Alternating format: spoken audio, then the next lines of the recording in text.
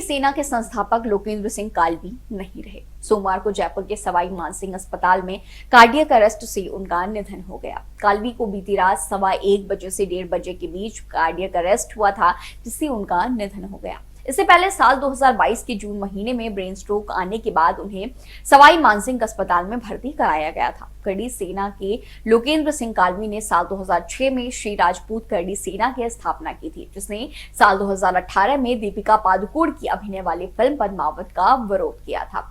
आज काल्वी नहीं रहे, लेकिन लोकेंद्र काल्वी आखिर कौन थे और करणी सेना से पहले और बाद में राजस्थान में उन्हें लोग कैसे देखते थे, आइए आज आपको विस्तार से बताते हैं। नमस्कार, इंडिया न्यूज देख रहे हैं आप, मैं गरिमा श्रीवास्तव आपके साथ। लंबी कदकाठी और राजपूती लिबास में साथ और जब वे सभा में नमूदार होते थे, बरबस की उनकी तरफ लोगों का ध्यान चला जाता था। जब वे कहते थे मुझे रानी पद्मिनी की 37वीं पीढ़ी से होने का सौभाग्य मिला है, जौहर की ज्वाला में बहुत कुछ जल जाएगा, रोक सको तो रोको, तो उनके समर्थक हुंकार भरने लगते थे। काल्वी अपनी सभाओं में राजपूताना शौर्य और बलिदान का बखान करते थे और जब वो ऐसा करते थे तो उनके समर्थक भावों से भर जाते थे। वे अच्छे निशानेबाज थे, लेकिन अक्सर सियासी निशाना चूक जाते थे।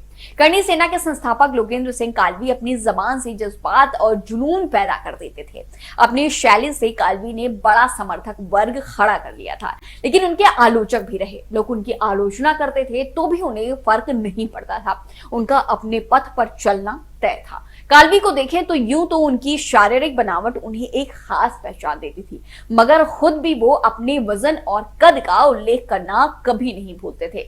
सभाओं और जलसों में काल्वी जब खड़े होते तो भाषण यहीं से शुरू होता था कि मैं 6 फुट 4 इंच 118 किलो का आपके सामने खड़ा हूं। वो गांधी का जिक्र करते थे तो इतिहास के उन किरदारों का उल्लेख भी करते थे जिन्हें सुनकर राजपूत युवक जोश में भर जाते थे। वे कहते थे हमने सिर कटवाए हैं मालिक, खून से इतिहास लिखा है। अपने समाज के मुद्दों को लेकर काल्वी पिछले 1.5 दशक से काफी मुखर रहे। भड़काऊ मुद्दे उन तक चले आते थे या तो वो खुद ऐसे मुद्दों तक चले जाते थे। वो योद्धा अकबर फिल्म के खिलाफ अभियान चलाकर सुर्खियों में आए थे, मगर फिल्म पद्मावत मुद्दे ने उनकी सुर्खियों का फलक और भी ज्यादा बड़ा कर दिया। मध्य राजस्थान के नौगढ़ जिले के काल्वी गांव में जन्मे लोकेंद्र सिंह काल्वी को ये सब विरासत में मिला था। उनके पिता कल्याण सिंह काल्वी थोड़े थोड़े वक्त के लिए राज्य और केंद्र में मंत्री रहे थे। कल्याण सिंह काल्वी चंद्रशेखर सरकार में मंत्री रहे थे और वो चंद्रशेखर के भरोसेमंद साथी भी थे।